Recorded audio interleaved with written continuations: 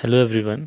इस वीडियो में हम लोग डिस्कस करेंगे एनक्यूआर स्पेक्ट्रोस्कोपी के सेकंड पार्ट के बारे में।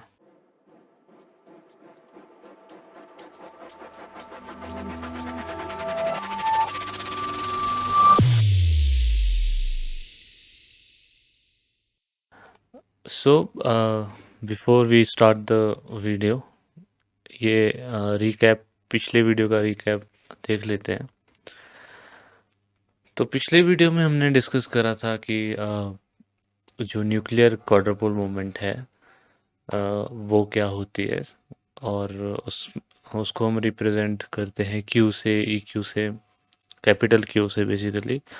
और उसके बाद हमने डिस्कस करा था इलेक्ट्रिक फील्ड ग्रेडियंट के बारे में, और इसको हम रिप्रेजेंट करते हैं स्मॉल क्यू से। और इनकी इम्पोर्टेंस हमने देखी थी कि अगर हमें एनक्यूआर स्पेक्ट्रा निकालना है तो क्वाड्रुपल मोमेंट और इलेक्ट्रिक फील्ड ग्रेडियंट की नॉन ज़ीरो वैल्यू होनी चाहिए। उसके बाद एसिमेट्रिक कांस्टेंट के बारे में भी हमने पढ़ा था कि ये क्या होता है। तो अगर एक्सियल सिमेट्री है तो उसके लिए एसिमेट्रिक कांस्टेंट की वैल्यू ज़ीरो होती है, अदरवाइज ये 0 से 1 के बीच लाई करती है। एक और इम्पॉर्टेंट क्वांटिटी है जिसको हम क्वाड्रुपल कपलिंग कांस्टेंट से रिप्रेजेंट करते हैं। इलेक्ट्रिक न्यूक्लियर क्वाड्रुपल मोमेंट और इलेक्ट्रिक फील्ड ग्रेडियंट का प्रोडक्ट को हम क्वाड्रुपल कपलिंग कांस्टेंट बोलते हैं। तो basically E Q into small Q is called quadruple coupling constant QCC। उसके बाद हाँ, ये एक इम्पॉर्टेंट क्वांटिटी है क्योंकि हमने देखा था कि जो एनर्जी गैप होता है डायरेक्टली प्रोपोर्शनल होता है क्वाड्रुपल कपलिंग कांस्टेंट के, इसलिए कि ये क्वांटिटी एक इम्पॉर्टेंट क्वांटिटी बन जाती है।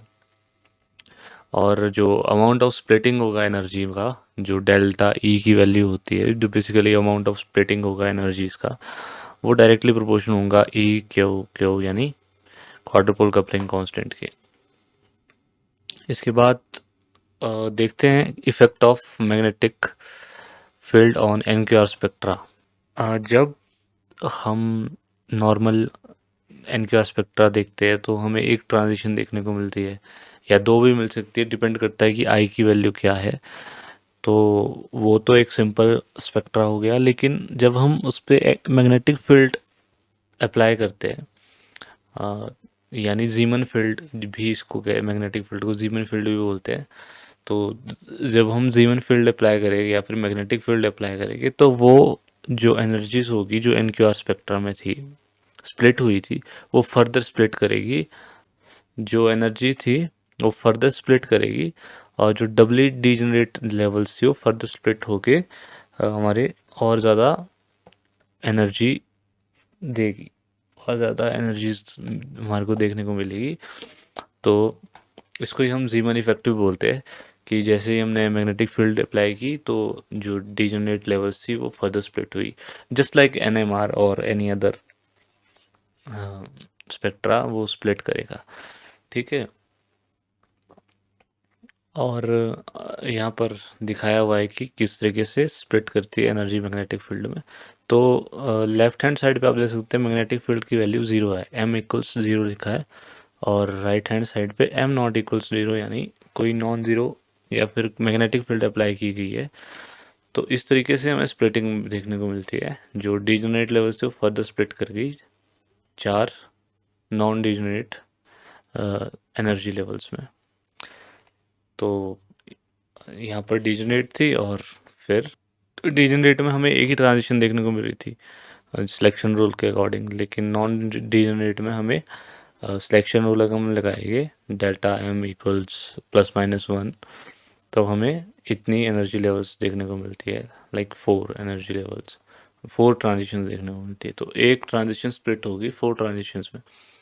तो ये इम्पॉर्टेंट इसलिए भी है क्योंकि हम देखेंगे इसकी इम्पोर्टेंस कि जीवन फील्ड में लगाकर हमें और ज़्यादा इन्फॉर्मेशन मिलती है स्ट्रक्चर की।